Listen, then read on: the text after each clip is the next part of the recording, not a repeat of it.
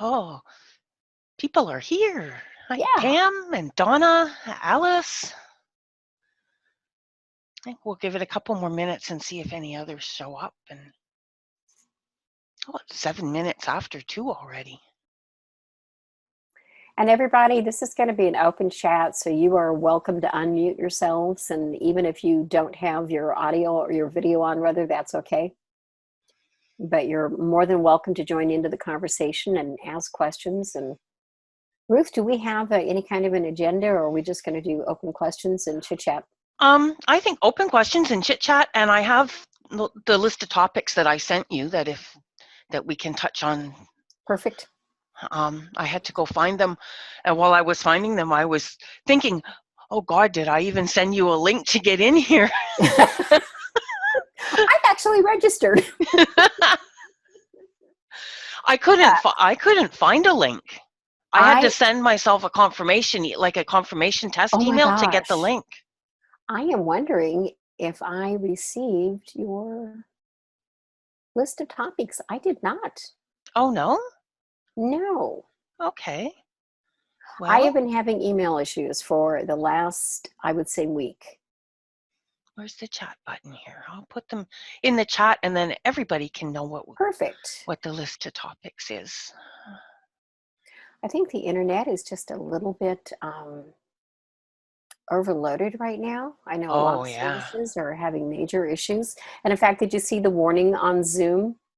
And it says that you may be cycled on and off, what is it, the HD video back to standard video quality during the course of your call because of overloaded servers. Oh, wow. I didn't see that. No. They have jumped up, something like 30 times their normal volume in the last 60 days. I believe it. Everybody's got a Zoom room now. Yes. Yeah. We even used it Easter Sunday for the family. Oh, cool. Yeah. I noticed on the CBC website this morning, they had a little article rating politicians' Zoom rooms, and they had a bunch of the politicians that are doing the daily briefings and checking out their backgrounds and rating them. Oh, that is funny. That is funny. I hadn't seen something like that. Well, I'm sure I'll be seeing something like that in the U.S. pretty soon, too.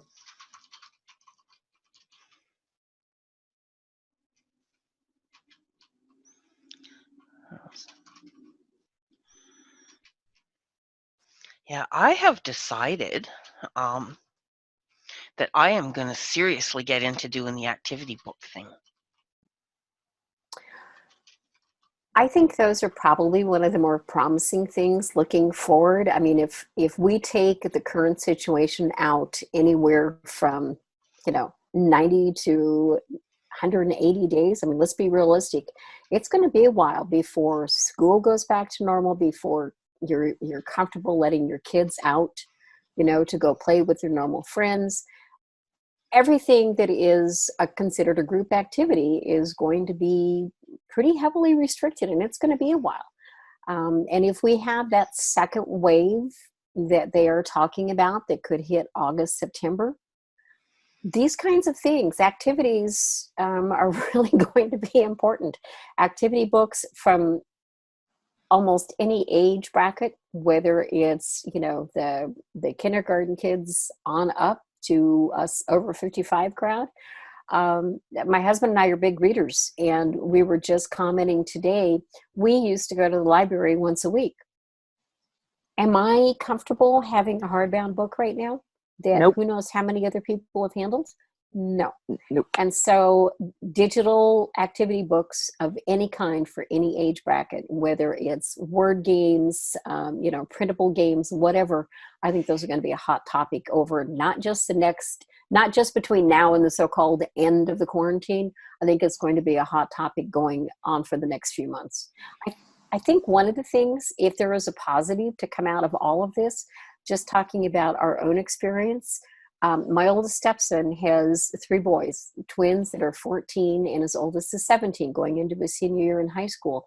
And what have they been doing? They have been spending quality family time. I mean, it's board games and activities of all kinds that they can do at home together. And so if you kind of keep that as a mindset over the next few months, this is going to be the norm. It's going to be a long time before we're going to be going back to that, going out to eat 3 nights a week or whatever routine.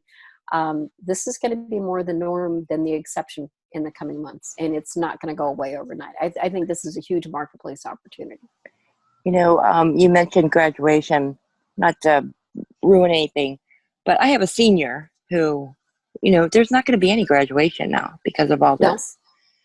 No. And I've been thinking of ways that how can we make something that they can make memories out of it and still, stay in touch with their friends. Does that make sense? Absolutely. And that is a really great idea. Instead of doing the traditional printed yearbook, why not do something, and this is more of a giveaway kind of thing for your own child, but this is something you could put in the marketplace. A printable or a PDF, something where they can send that page out to each one of their friends. Yeah. And it can be a memory book that each person can do. They can add a photo to it. They can add, my favorite memory of, Chrissy's son, whatever your son's name is. But my most fun moment with, and then send it back to your son. It can be compiled into one big book, and it's a gift that you can send out to all the circle of friends. See, I was doing the guest books for graduation parties. Yeah, I remember that. And I actually had several of the schools where they were actually buying them. The PTA was buying them. I was making like a book, but it was well worth it. But now, this year, it's not going to happen, unfortunately. But there's no reason why you can't do a digital version and then, take it upon yourself to maybe be the point person, and all of the individual pages would come back to you. You can compile it and you could offer it as a product to sell for the school, for the kids. Yeah, that's true. It's a good one, because you got to wonder what's going to happen next year to graduates of 2021. And if we think ahead, Yeah. Because who knows? We'll have a vaccine by then, but there's no guarantees. Well, don't get me on the vaccines, girl. Well, I probably have a little different viewpoint on that than a lot of people do. My dad was among the last adults in the United States to contract type 3 polio. And he was 22 years old. He died when he was 27 in an iron lung, paralyzed from the neck down. So that vaccine has almost completely eradicated polio. So I don't want to see something come out so fast. I agree with you there. That's my fear. The fact that they may have to rush it through, and there are some vaccines out there today that I don't agree with. That's a whole different conversation. Yep. But I do know the power of vaccines. I'm living, walking, talking, breathing proof, to be very honest. I'm not against them. They're making it too fast, and that's my fear. Yeah, I do agree with that. That's all. That's my only big concern. But if you've already got the connections, that you've already been working with the schools, I would pursue a digital option with them. That is definitely something that you could do. Again, you can make yourself the point person. You can set up a pretty simple website for the kids to download. You could give away the download page, and then charge them for the completed digital product. Yeah, that's a good one. Yeah, and I was just going to say, Sue Fleckenstein has just updated her printables course, and she's included a whole new module on how to do fillable PDFs. I know how to do those, so I taught myself how to do those, but that's a good thought too. Yeah. I don't know. We received an email from school, and I think it hit me that, oh my God, my daughter's not going to be going to her graduation. So my mind's kind of been off somewhere else in the past couple days. But you don't even have to do it as a document. You could just do it as a form fill. Mm-hmm. Just an online form. Yeah. I think the easier the better. Yeah. And then compile the data from that. Yeah. And decorate it up and use their colors, and because they let us use their school mascot too, which was cool. That would be a great option. Yeah. You Oh, might want to check Woo Forms was a really good form. We used to use that online for online applications, and it was really good for storing the data. Not okay. expensive at all. Um, Ninja Forms is another one that's really good. That's It's a the one I little heard of. pricier. Yeah, it's a little pricier. There's also a couple of good form products on Envato, over at Code Canyon, that are really good too. There's a lot of choices, but that might be an easy one because in that way the kids are kind of stuck sitting there and filling out the form as opposed to setting aside and doing it later. Yep. You know, my oldest son, he's 31, he gave me some really good information on like marketing. And I never thought of it like this. He said, Mom, my generation is computer generation. These millennials are phone and tablet, where Yes. they don't know how to use a computer as well as they know how to use a phone or a tablet. I never thought about that. Um, So I'm not sure. I mean, thinking of my grandkids, like I said, the twins are 14 and the oldest is 17. They all use computers in class. yeah, So, in school, but when you yeah. get So, home, they're not on the yeah, computer. They're on a tablet or a phone. but they do know how to use the computer. So, Yeah. I'm not sure if you think about trying to complete a fairly decent form, something that like you're talking about your experiences. If you're thinking about the kinds of things that people sign in people's yearbooks, Mm-hmm. that's kind of the text length that you want to have. So I don't know, what would it be? Maybe probably a short blog post, 350 words, 200 to 350 words. Oh, I wouldn't do it on a tablet or anything either. Yeah, that's what I'm thinking. That's the only reason I'm thinking an online form might work a little easier, because if you really want to get them to share experiences and kind of duplicate the yearbook experience, it might take a little more text than what most people. My thumbs would get tired after a while. Yeah. Now, question for you. How do you make your covers? Are you doing that? You're Yep. a very talented woman No, or creative. I'm stubborn is what I am. It's an interesting process. And you're using Photoshop? I use Photoshop. I use Adobe Illustrator. But a typical cover, I'm not necessarily like the background on the cover. I usually create from scratch. A lot of the images, the graphics that you see, in one of I do a lot of florals. So Right. if you look at all the florals, I'm not creating all the florals from scratch. However, if you were to dissect how many layers and how many images go into a typical cover, there Yep. can be as many as 50 different images that are used in Exactly. a single cover. Yep. You're creative, I'll tell you that. Well, thank you. I look at It's a them and lot go, of oh my God, let me try to make this just to, and it doesn't happen. So, fun. Unfortunately, they are a lot more time consuming than what they should be, yep. especially for things that I give away as bonuses. I try not to skimp on what I do for bonuses. I want them to look as nice as what we're selling for, Yep. for one of our planner kits. So I spend a lot more time on them than what I should. And my husband is sitting on the other side of the room, so I don't want him to hear that. But yeah, the bonuses, there's a lot of time invested in them. Oh, you can tell. Thank you. You can. Thank you. Anybody else want to talk? Come on.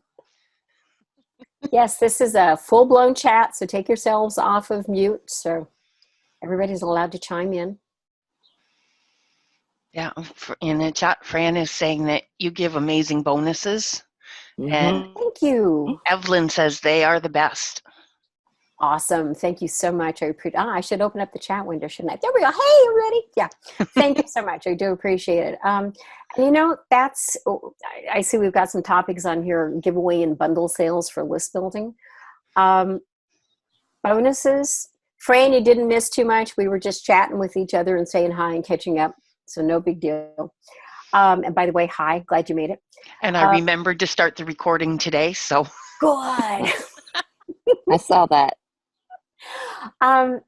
One of the things I think is really important to to understand, and I get very frustrated with myself because I don't place as much dollar value on my work as I should.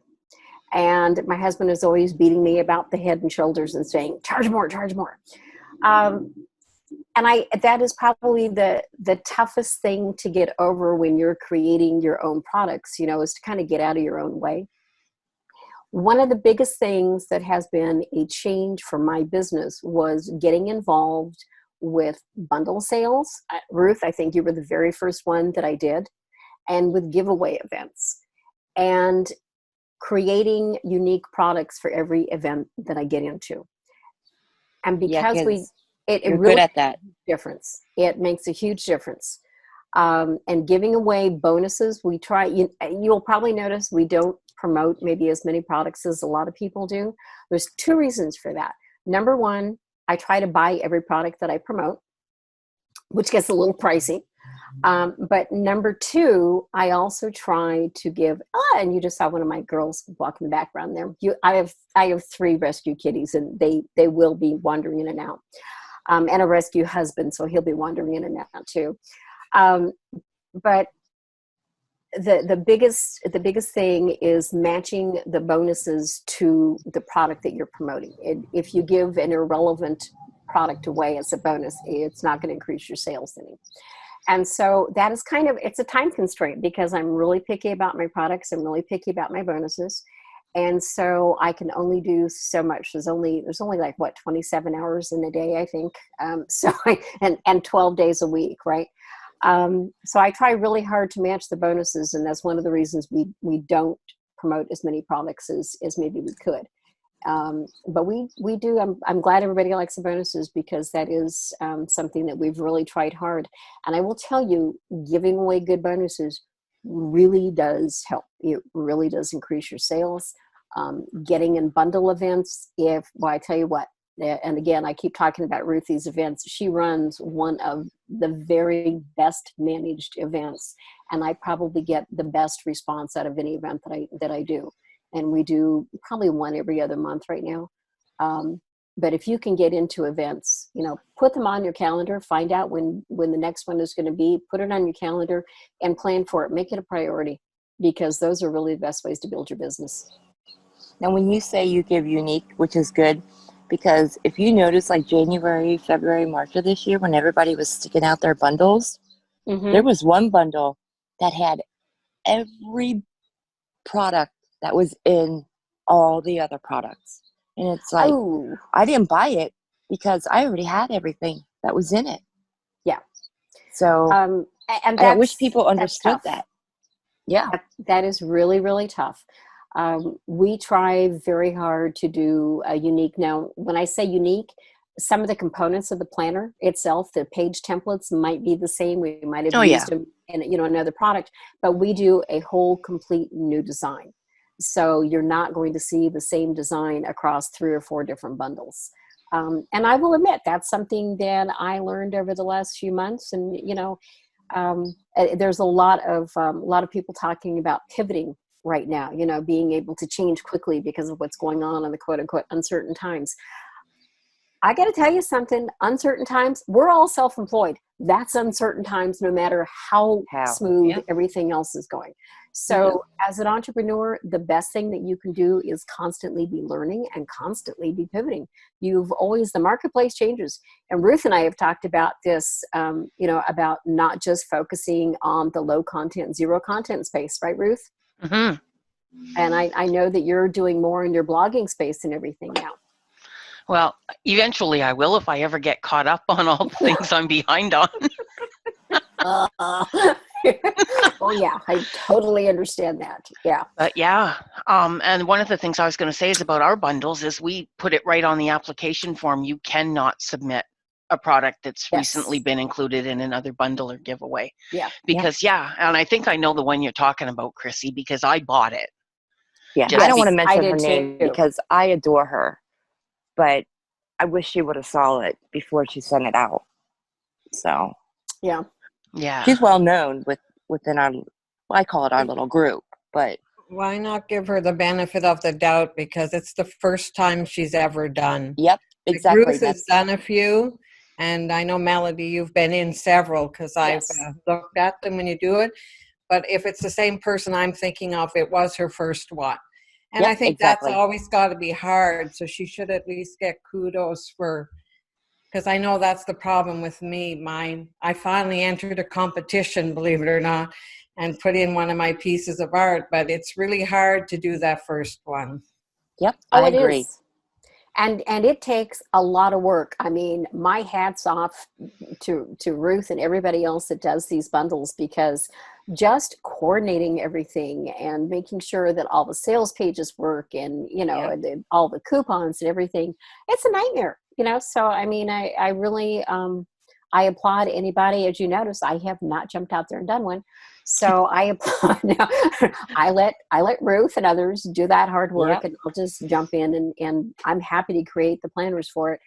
But no, it's that is, if I can share one bit of advice, it is try and get into the bundles. That is, and it takes some work. It's scary to do your first one to make sure that you're doing everything right, but I promise you, it is absolutely worth the results. It's list building personified. It really is.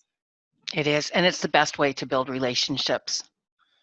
Yes. I think, with your customers and with your, with the other contributors, because you can get a really good networking circle going that way. Yeah. Ruth, how many are you doing a year? 2. 2? Yeah. Seems like more than that. Probably does to you too, doesn't it? I'm in a lot more than that, but I only put on 2 myself. Yeah. So the January one is the big one, and it will always, from now on, I think, always include a summit, because I had so much fun with that. Yeah, that's had really good response to it. Really good response. Yeah, and then my birthday bash at the end of July, beginning of August. So that one's coming up. I better get ready.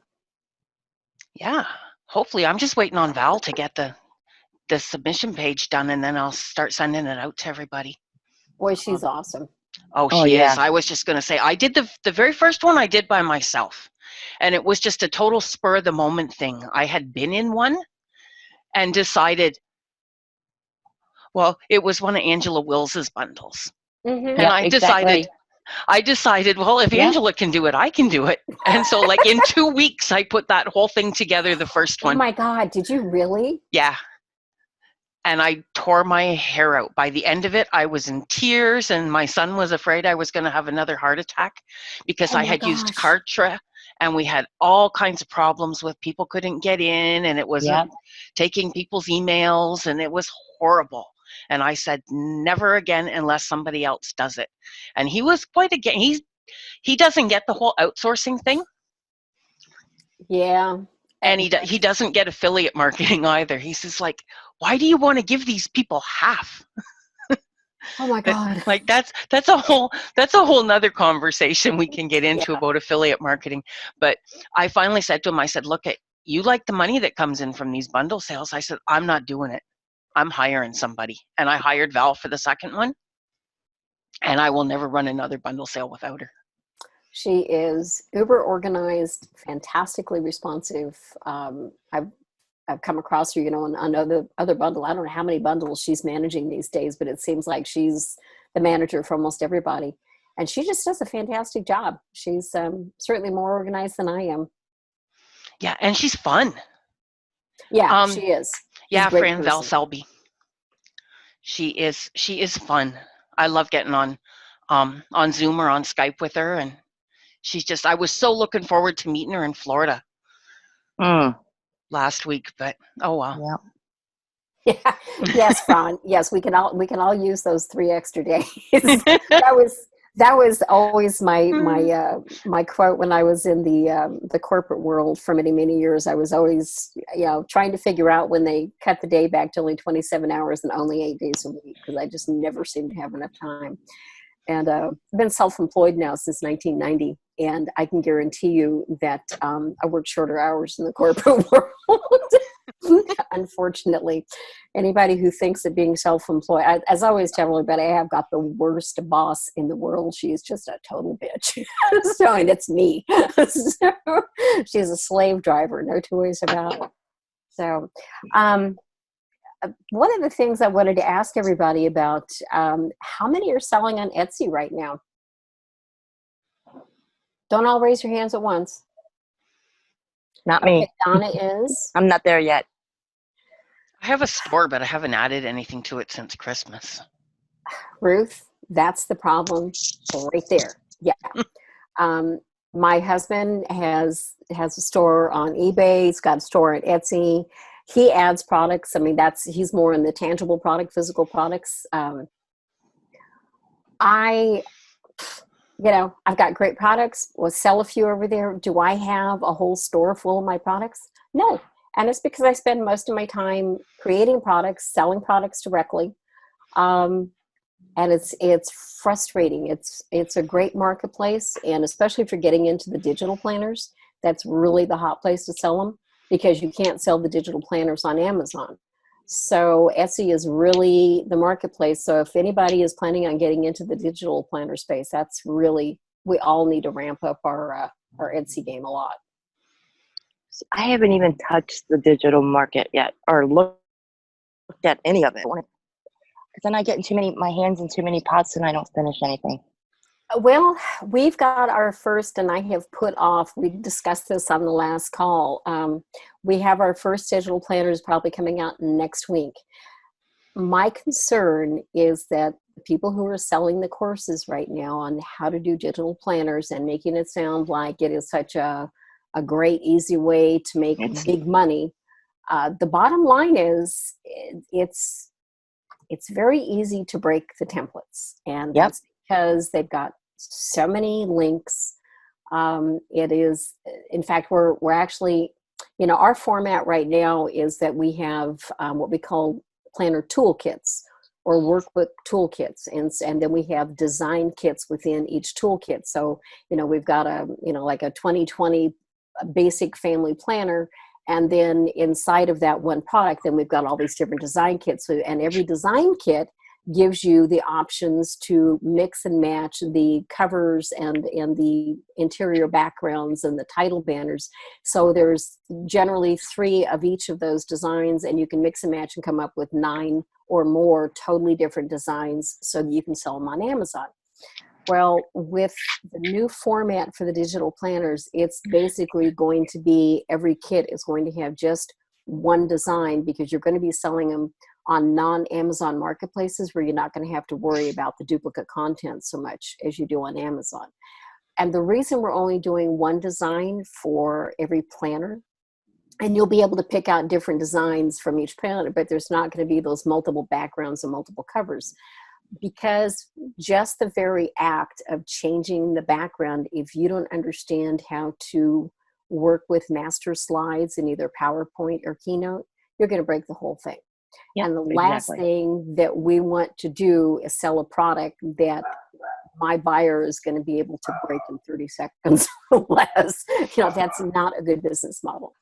So we're changing our format. It's going to be a different type of planner. But digital planners, it's a hot market. It's going to be a big seller for a long time.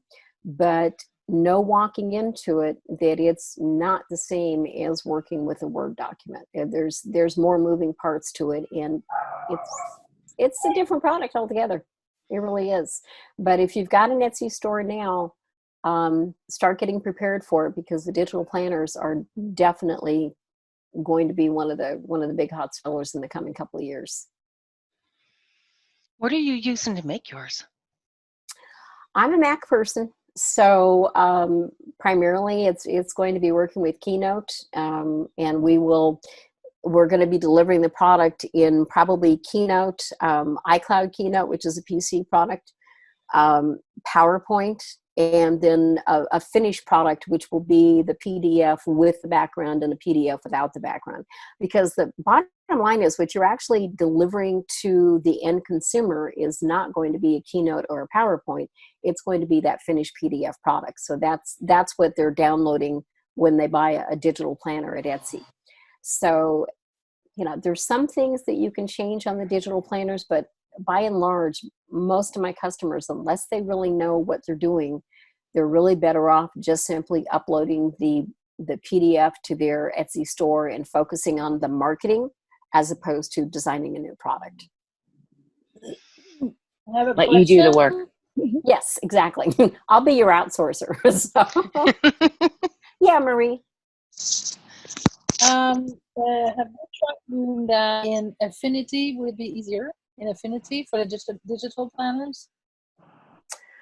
I don't have a lot of experience with Affinity, but the problem is, I know with Photoshop you can export to PDF, but I'm not sure that the exported background in Affinity, not the background, but the templates themselves, the actual planner pages, I'm not sure. My understanding is that you really have to have not just a graphic, but a table type version.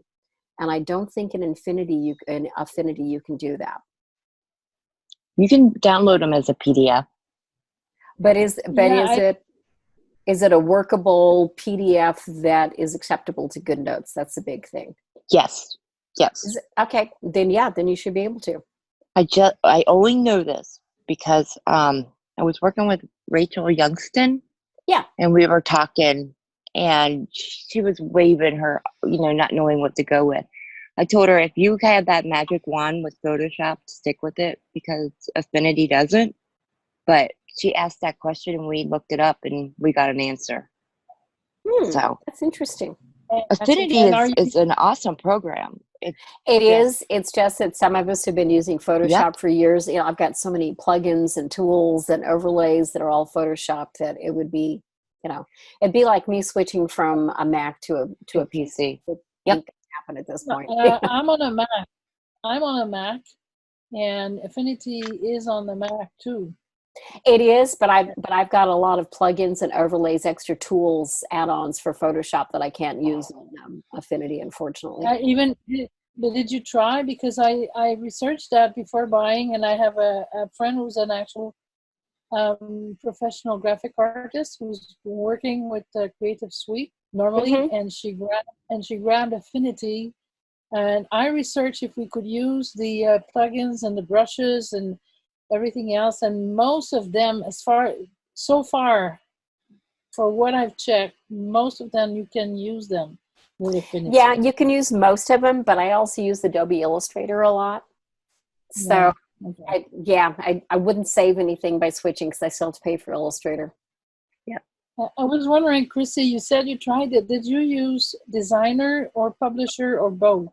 Both. To produce PDF? Yep. I love Publisher. Yeah, so you create in Designer and then you publish it with Publisher, right? I'll do both. Okay. Depending on what type of graphics that I have to, regarding layers, I do that. But I do most everything in Publisher, and then I link everything to Designer. Have you done that? No, I would have done the opposite. I just acquired Affinity. I would have thought that Publisher would help doing for the digital planners, would help doing the linking, but maybe I'm wrong. I learned Publisher first. That's why. Okay. Because I don't know any graphic software at all. This was all new to me. So I had to take 6 months and learn how to use it because I had no background on anything. Yeah. So I did what was working for me. If that makes sense. Affinity's got a good sale on right now too, don't they? Yeah, $25 each. Yeah. Yeah, 35. Are you in Canada? But yeah, I'm in Canada. It's 35 US. No, it's 35 Canadian. Oh, you're right. So it's 25 in the US? Yeah. Okay, 25 good. here. Because I went ahead and bought the photo one too for $25.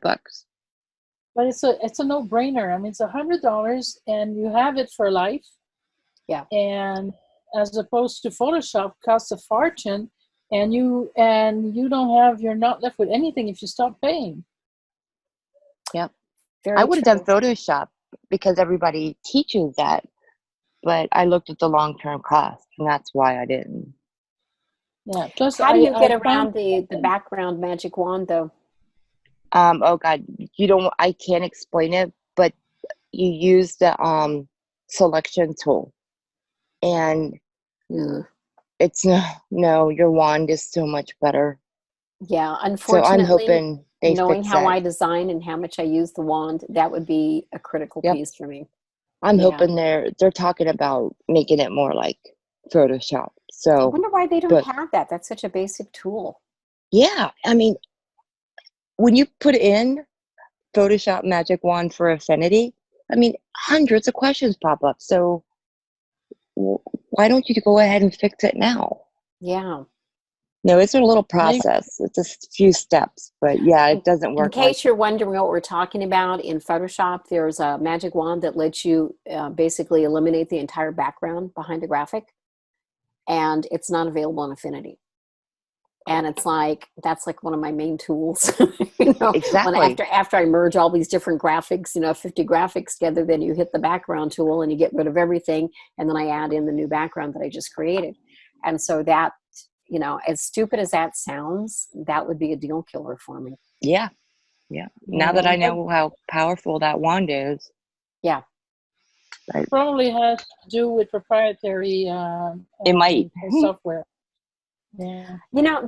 Are you familiar with a site called mightydeals.com? Mighty what? Mightydeals.com, DEALS. Yeah. They're from time to time they get a tool over there that's called something like background eraser or something like that, and it's normally like $10. Yep. And I used to have that years ago, and I think I lost it during one of my computer moves. You know how that goes. But if that comes up for sale again, you might want to watch for that. That might be an alternative for you. I got the tracer one that just came out, and that's a pretty neat little Yeah, tool. that's a neat little tool. Isn't it the vector tracer? Yeah. Yep. It saves a lot of time. It's only what, Yes, $9, it does. I think. Yeah. The vector, what is it? The vector tracer? It's called Tracer Pro, isn't that what it is called? I think so. Here, I'll put the site in the Put chat. put the Mighty Deals up there and Whoops. they can see Yeah, all the goodies. There shouldn't be a space in there. Mightydeals.com. And then another one that you can get some really good deals on is dealfuel.com. Yeah, you turned me on to that one. Yeah.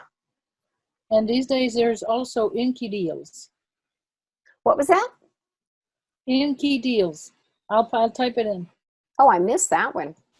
Yeah, they have really Well, huge graphics packs. Really? How did I miss Yeah. that? Yeah.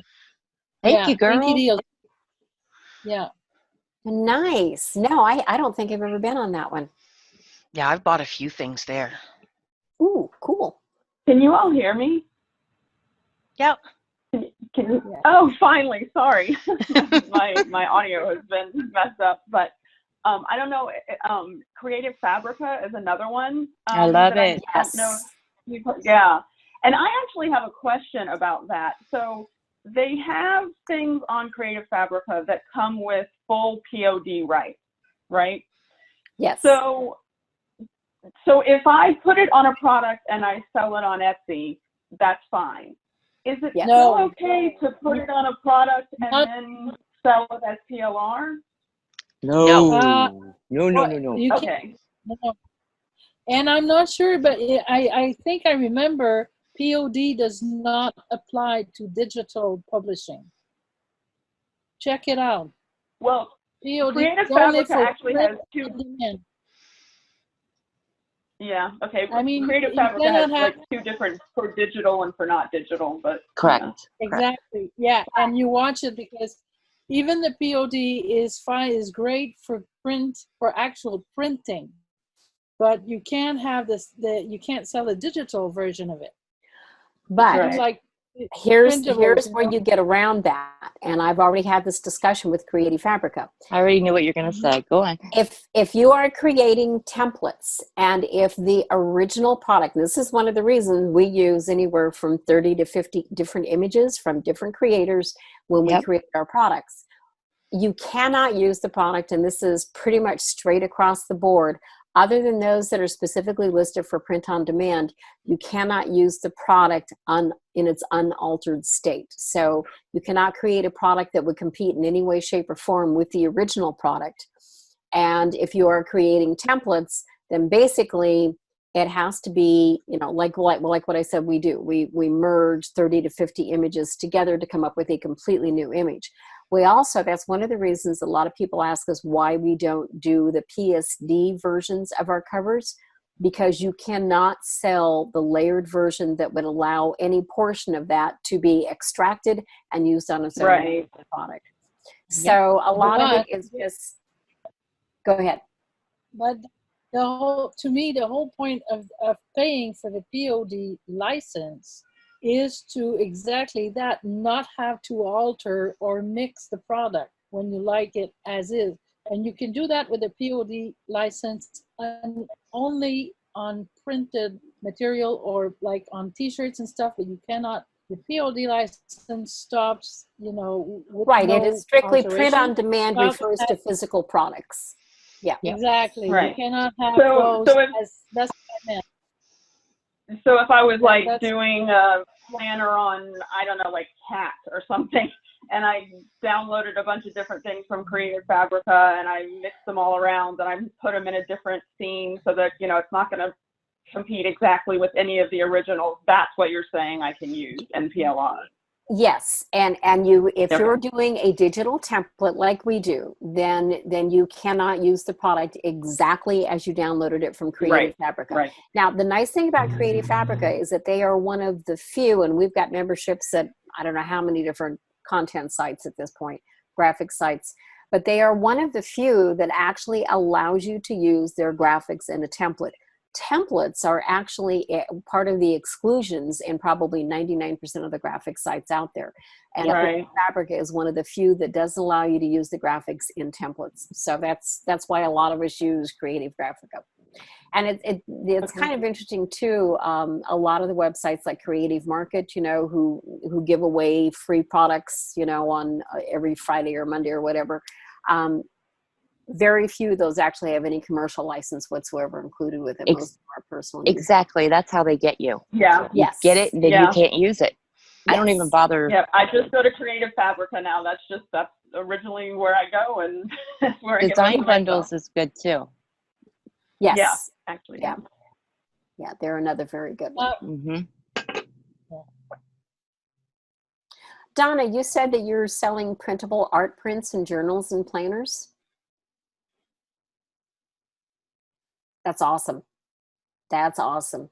I'm glad to see businesses doing well, and that's I think we can all agree this is not a good time. Obviously, a lot of people are suffering, but it's also a time to be very appreciative of the skills that everybody in this call has. I mean, it's pretty amazing to be able to say that we can all create and sell products online. That's not something that everybody can do. And it's something that I think we're going to find it's going to be another opportunity in the coming months. I think people are going to realize learning the skill sets that we have. This is a time I think where we all need to place a little more value on the skill sets that we have, to be very honest. I have put off doing any kind of courses or anything because I didn't feel like I had anything that I could really teach people. But I think the fact that our business is doing well and we're actually growing. We just had one of our best months ever. I think that indicates, that we do have something that we can teach other people. And I think you should do a marketing class.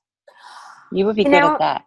I have been marketing for so long. I have to sit down and figure out exactly what we can teach people, because that's the hardest part, I think, is do a forum like this. This is perfect. Yeah, probably, but we'll consider doing something like that. I think Ruth and I were talking before everybody got on. It'd be fun to do this kind of chat, even just once a month, just to chat and share things that are going on with everybody.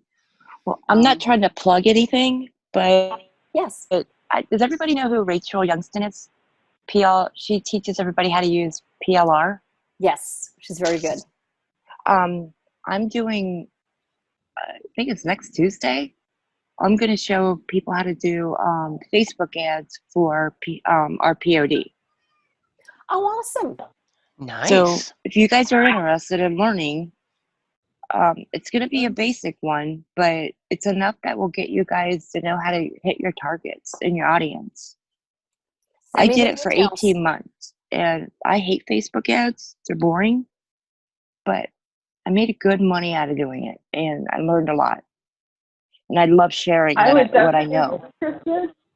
I would definitely be interested, and I would also definitely be interested in these monthly chats that you guys are talking about, because I am brand new and I'm learning so much just from listening to you guys talk back and forth. So I think these are great. Me too. Awesome. I'm learning too. Awesome. Chrissy, send me the details. You've got my email address. Send me the details. We'll get it out in the newsletter. Yeah. Yeah, same here. And if you guys have questions, please, and Melanie, if you could send out your her email or her power hour, I guess. If you have questions, send them in early so I can have it ready for you. Okay, great. Because I gotta be honest with you, doing that is completely out of my comfort zone. I've not done one before where I've talked to a bunch of people on it, so I might stutter, bite my tongue or something. But if I have the questions right now, yeah, but I'm not teaching anything, girl. I understand that, definitely. So I'd love to have questions before I got on there, and I would have the answer and not say, "Oh, let me get back with you," because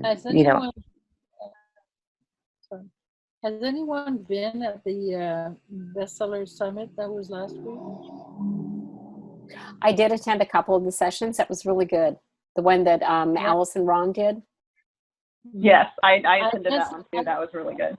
That's the only one I didn't see. I mean, I was there all 3 days. The last day I had something else, I couldn't make it. But I was thinking there was a lot of stuff there that could be really easily adapted to the low content PLR. Totally agree. Yeah.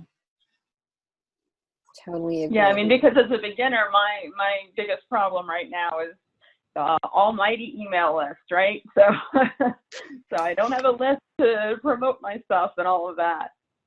You know what, Alice? I don't either. But here's the thing. Like we were talking, I think before you actually got on the call, maybe talking about bundles and giveaway events.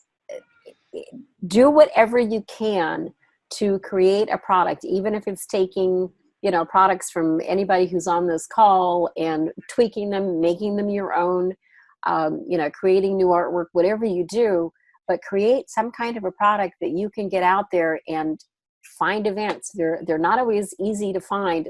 There for a while, it seemed like there was a whole bunch of them. Now it seems like a little quiet.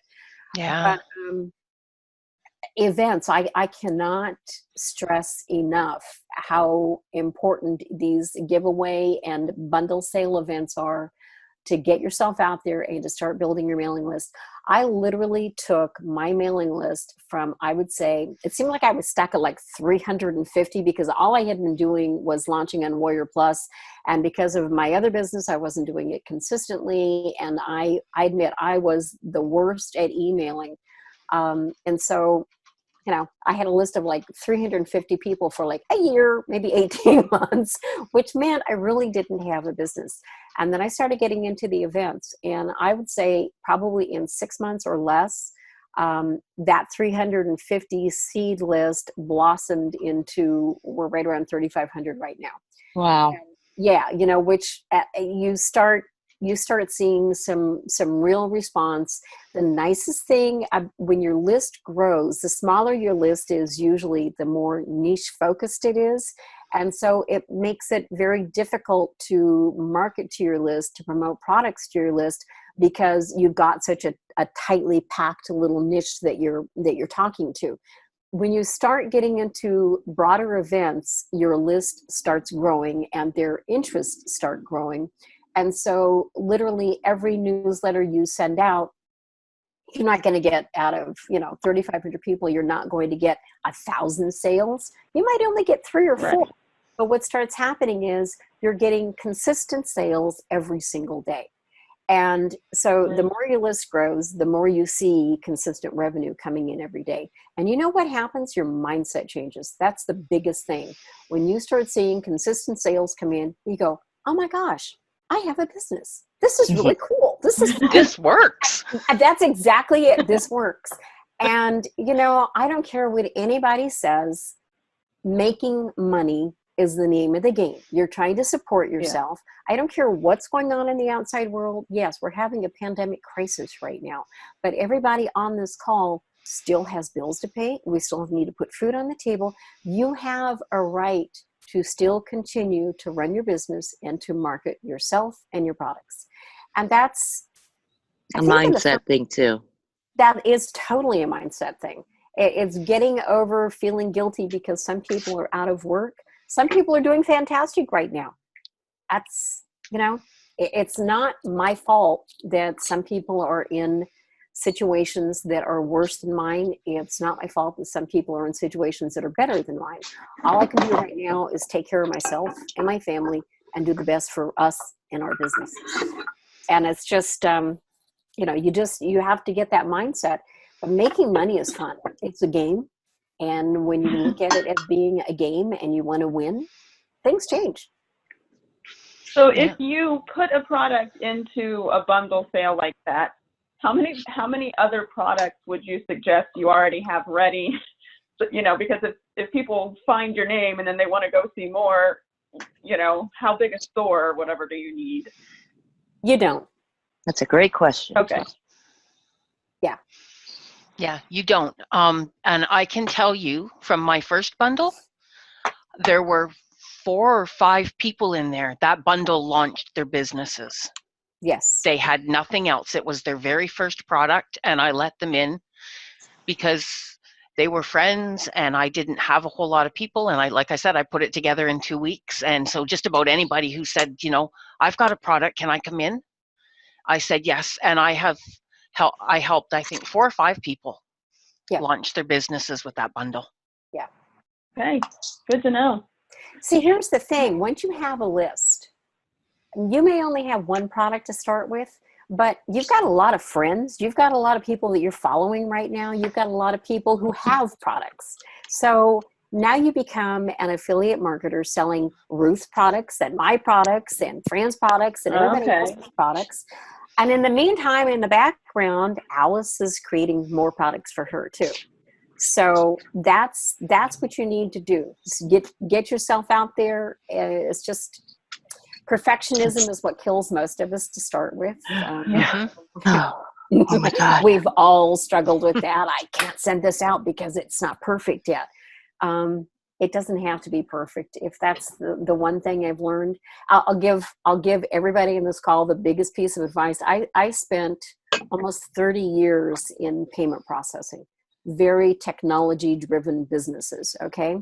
And every time we would launch a new product or a new merchant would come on board to use our platform, something would go wrong. I mean, without exception.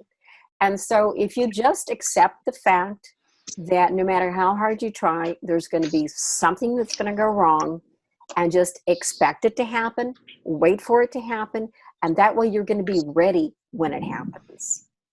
You don't panic. If you know that it's coming, you just simply sit and wait for it. And that's really the best piece of advice. Don't worry about something going wrong. It will, period. End of statement. Just be prepared when it does. I think, Ruth, you had one launch where you forgot to click a button and nobody could, or uncheck a button on a member. And oh, yeah. Yeah. That was my membership. Everybody and said, oh, we screwed up. We forgot to uncheck everything. And everybody laughed about it. You know, it's not a big deal. You see, I love that honesty and being transparent. You know what else are you going to do? Yeah. You know, mistakes happen. I remember that one now. There's one little setting in a member that says that the buyer must have all the products on the list. Yes. In order to get access. And so I had a monthly, a yearly, and a lifetime version of the membership at the time. And the must have all 3 was checked. So nobody could get their membership content. Yeah. Yeah. Yeah, there are always things like that happen. And a member for a week, I don't know what was going on recently, but a member for a week, I go in, I manually add the bonuses when people send me their receipts. And for some reason, it was not adding anybody's bonuses. I was hitting the save button and it wasn't saving anything. And I was getting flooded with emails saying, I sent you the receipt and you didn't put the bonus in them, but you sent me the email that said the bonus was added. I'm like, oh, hell. It's just, there's only so much you can do. One of my favorite phrases is technology is wonderful, ... when it works. We're just, we're at the whim and mercy of technology these days. And it would be wonderful if it was as perfect as we all are, but it's not. My favorite lately is tech happens. Yes. I'm not a tattoo person, but if I were, that would be right across my forehead. Yeah. Yeah, definitely. Yes, if something can go wrong, it will. That is totally it. Absolutely. Totally it. So. And don't ever make the mistake of thinking, oh, this is really easy. Everything's going so nicely. Yeah. Yeah, that's probably the biggest red flag that ever happens is when you think it's easy. Been there, done that, got the t-shirt and the baseball hat. You're going with Jackie? Where are you going? You're taking her in. Okay, never mind. What else did we have on our list today? Oh, public domain. You want to talk about that, Ruth? I don't really know a lot. I don't really know a lot about public domain. I've had a lot of questions about it, and it's something that I need to learn, but it's not something that I know much about. We used to use a lot of public domain images. The biggest problem that from an image standpoint, from a graphic standpoint, the biggest thing you run into is very little of the public domain graphics that you find are 300 dpi. Most of them are not acceptable for print format. And I think we're going to see a lot more of them being used for the digital planners, because the digital planners, you can get away with 72 dpi. Does everybody know the difference between 72 dpi and 300 dpi? Yes. Okay, it's DPI stands for dots per inch. And if you are doing any kind of print work, your images need to be at least 300 dpi. 300 dpi is considered the best.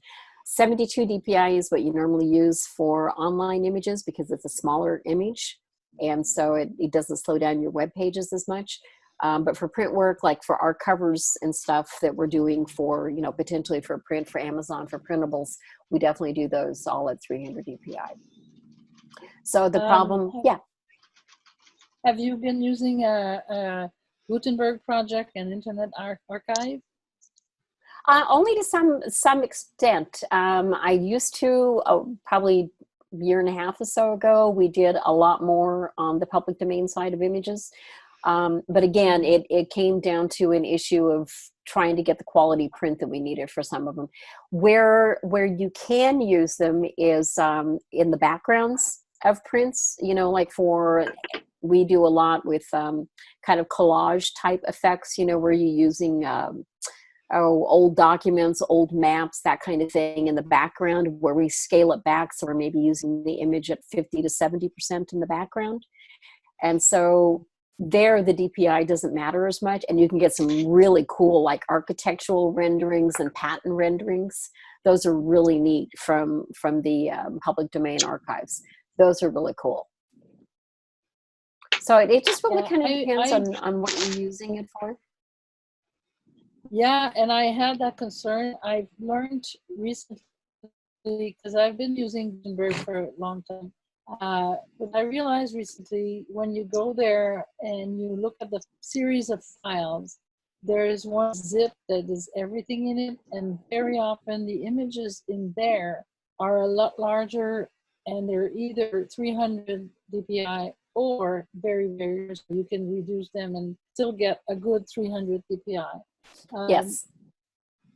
And I was going to say, just this week, my sister is a fashion designer, and she's was looking for vintage images, and I discovered the Metropolitan Museum has a whole series of public domain with very, very high quality images. Really? Yeah, mind blowing. Yeah. Wow, thank you. That's a good tip. Hey, Ruth, can you let me in? I'm going on through my computer. It's Chrissy. Thank you. You're welcome. My phone's going dead. I got to turn it off. Now that's a good tip. I really have not looked too much in quite a while as far as public domain. One of the public domain sites that we use for a lot of background images is Unsplash, and but there again, all the images there are all 72 DPI, but they do make good backgrounds. They just can't use them as the primary photo at that quality. I'm going to put in the chat gorgeous. One very nice place that I discovered recently. Yeah, that's one of my favorites. Publicdomainvector.com. I think it's .org. Is it .org? Let me see. Yeah, I think I got it wrong. Yeah, I think it's .org. Yeah, Tony's got a couple of really good courses on public domaining. I think he's got a special on right now too. Like if you buy his whole series of public domain hacks. But I remember seeing an email from him the other day that he's just really trying to help people out with all this stuff. And he's been doing like free PDFs every day for his email list. And you know, he's on, I think I'm on his list on my Gmail account, which is such an old email that it is like on millions of lists. And I don't check it, but about once every couple of weeks, I've got to check because I think you're right. I think he does have a special going on right now. Yeah, I know. I've got all of his puzzle book stuff. Yeah. But I haven't dived into the public domain at all, mostly because I'm so overwhelmed with so much stuff right now that I don't want to add anything more to my plate. You know, we're probably some of the few people that are not complaining about boredom right now. I don't have the time to be bored. I used to pray for boredom, you know, and it just doesn't happen. It just seems like we're just busy all the time. I think my husband will be glad when all this is over, just because he's so sick and tired of having dishes to do all the time. I don't think we realized how much we ate out before all of this happened. We both worked from home and have for 30 years, and I think it's, you know, how most people come home from work and fix dinner. We leave work to go have dinner. And so at least 2 or 3 nights a week, we're always going out. And now, you know, you're home for breakfast, lunch, and dinner. And it just seems like that dishwasher is running all the time. Thank God he's a good cook, and he actually does most of the dishes. So thank you, Bob. I appreciate it. Right. He's about 10 feet away right over there. We've been working in the same office now for 20 years. And as I tell people, it's not without any bloodshed, just minimal bloodshed. So we're pretty good. So. One more, I'm sorry, just do you know about pexels.com? Yes. They're not, because that's also a very nice source of pictures that you can freely use. Yeah, they're a real good one. Oh my gosh, I'm trying to think who else. I would say Creative Fabrica is probably my number one. Brush Easy, if you're looking for Photoshop brushes, Brush Easy has got a great collection of free, and Vect Easy as well as their sister site. Hold on here. I think it's brusheasy.com.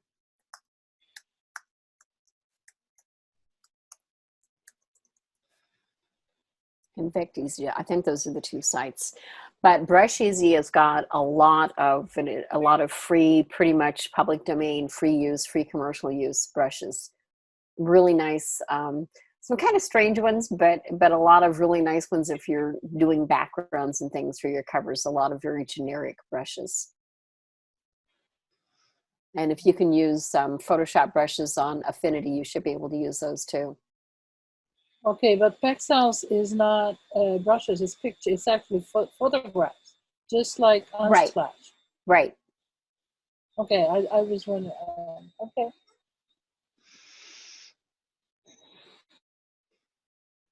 And while I have everybody on here, how many people are getting into blogging again? Because we're getting a lot of traffic on our blog. I don't know if it's just because people are bored and looking for things to read, but we're getting a lot more traffic to our blog. I know, Ruth, you and I talked about you were going to revive some of your blogs, and I'm talking to a lot of people that have had blogs that they kind of let die, and they're starting to see traffic again. Is anybody else seeing that?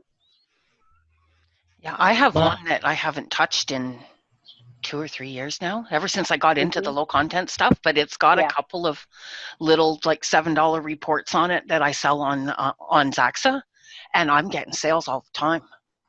See, that's from a totally dead blog. Seeing this, I'm seeing the same thing. So I would say if you've got a blog or if you want to start a blog now, it's a great time because the traffic is definitely online. Yeah, and I'm running, if anybody here is in Angela Wills's group, I'm running a blog train in there for members starting next week's the deadline to submit a post. And if that one goes well, I'm going to open it up and do some outside of that as well. And because I was in one just at Christmas time on Black Friday weekend, and I got a lot. I pretty much doubled my list. Wow. From one blog train event. And I just wanted to say, I was going to say this earlier when we were talking about not having a list and using bundles to get started. When I hosted my first bundle, I had 98 people on my list. Oh, I bet you have a couple more than that now, don't you? Oh, just a few. Just a few. Yeah. Do you remember the old blog circuses? They used to call it, they were kind of like blog trains, but they called them blog circus. And there used to be a couple of software providers out there that created the blog circus, and it was a little, it created a little image that went on your website, and it was a rotator, a link rotator, basically. Yeah. Yeah.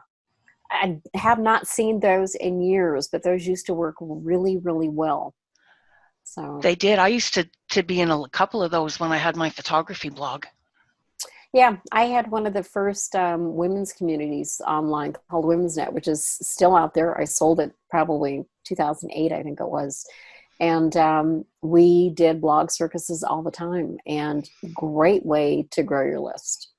I don't think anybody's even selling the software anymore, and I wouldn't even know how to begin to do that with the rotators. But now that I think about it, if it's just a basic link rotator, there's got to be somebody out there doing that.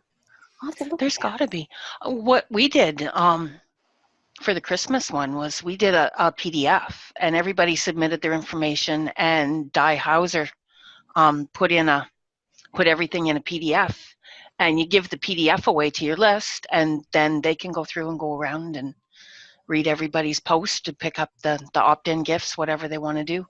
Interesting. And it worked really well. So I'm going to test it out with like 5 or 10 people in Angela's group this month. And if it works well, then I'm going to try and open it up and do one, maybe not every month, but every couple of months at least. Just to always have something going on. I've seen a lot of newsletters, and I get, oh my God, every newsletter known to mankind. I'm sure everybody on this call probably subscribes to just as many. But I've noticed a lot of dialogue about how many times you should email your list. And I was on a call, and one of the most amazing things going on right now is how many free webinars and how many free training sessions. I mean, there's really some good training going on right now.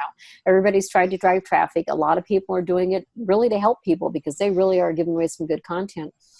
But I've been on a couple of calls this past week where people said, oh, you shouldn't mail your list more than once a week. Oh my Lord. I don't know about you guys, but if I get a newsletter once a week from people, I'm not even gonna bother looking at it. I'm probably gonna forget who you are. And I used to be guilty of that. I felt like I didn't want to be in everybody's email box every day. But I'm like Ruth. Ruth sends out great content. You do your roundups. In fact, when I get off this call, I'm going to go do my Tuesday tutorial. But there are newsletters that I look forward to reading every single day, and I may not read every word, but I at least scan through to see what's new, what's different, and I just, I think mailing every day, and if you've got something to say, sometimes something comes up late in the afternoon, we'll do a giveaway, whatever. There are times when we'll mail out twice a day. Cindy Bidar, and I'm sure everybody knows who she is, sent out a newsletter today talking about that same topic. And I thought what she said was really interesting. She has on average 12 unsubs every time she hits the send button. And that's a lot of unsubs. That really is.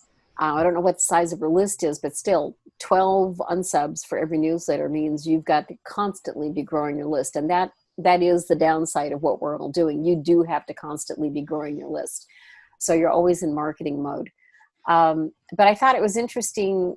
She came right out and said, I don't care. Go ahead and unsubscribe. And it's just, that's just the way it is. Yeah, if you don't want to be here, you don't want to be here. There's nothing. Exactly. I mean, I used to cry whenever I got an unsubscribe in the beginning. Yeah, you do take it personally, Yeah. It took me a long time to get over that. And I would say, why don't they like me? And then somebody said, I can't remember who it was, somebody said, it's not about you. You don't know why they're unsubscribing unless they, email you and tell you that your newsletter's a piece of crap and don't ever bother them again. And, most people don't, they just hit the button. And so now it's like, yeah, if you don't want to be here, there's nothing I can do or say to keep you here. Ciao. So, yeah, have a nice life. I hope you find what you're looking for. Yeah. Definitely. But speaking of which, just before we go, since we've gone way over time. Sorry, it's my fault. I talk. This is a great chat. So what else do we got to do? We can't go out of the house. Exactly. For sure.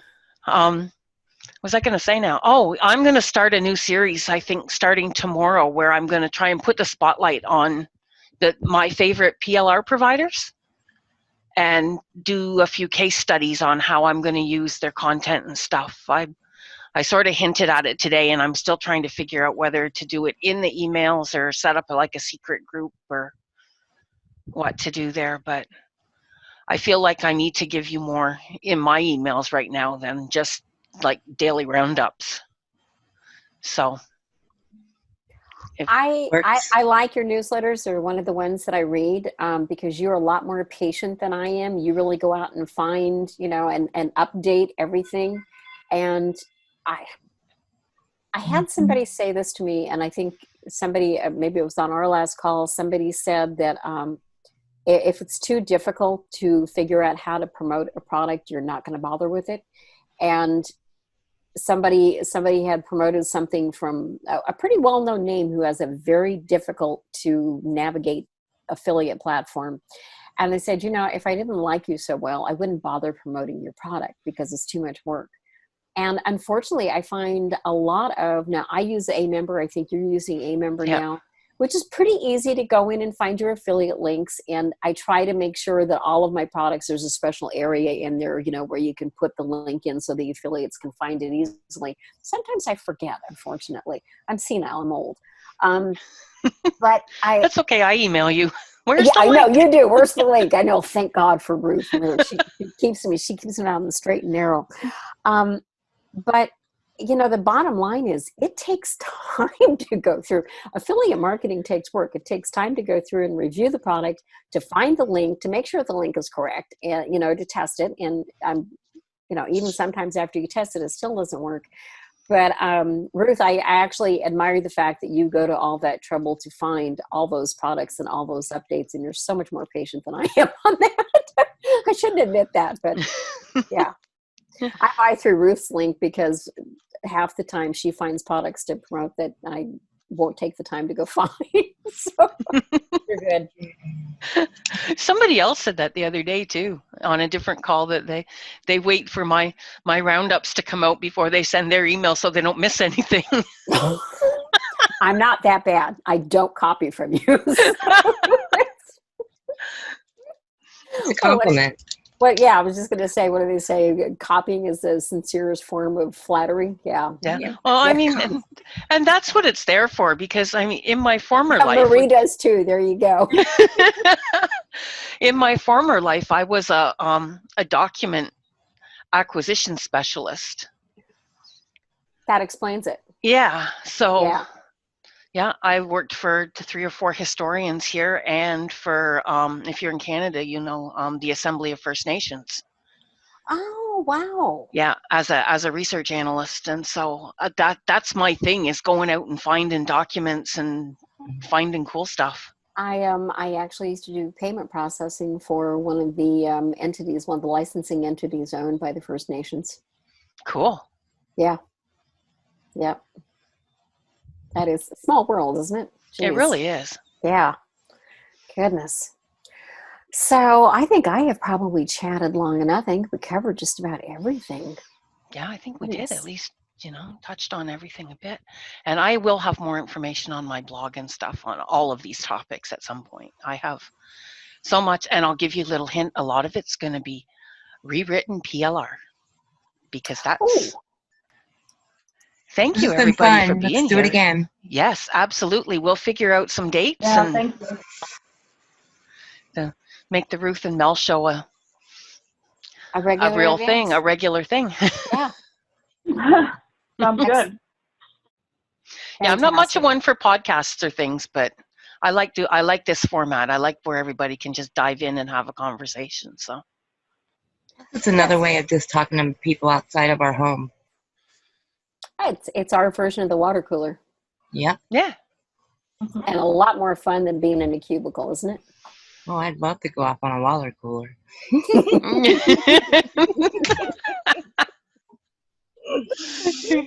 Okay. Oh, by the way, happy Cinco de Mayo, everybody. You too. I saw that too.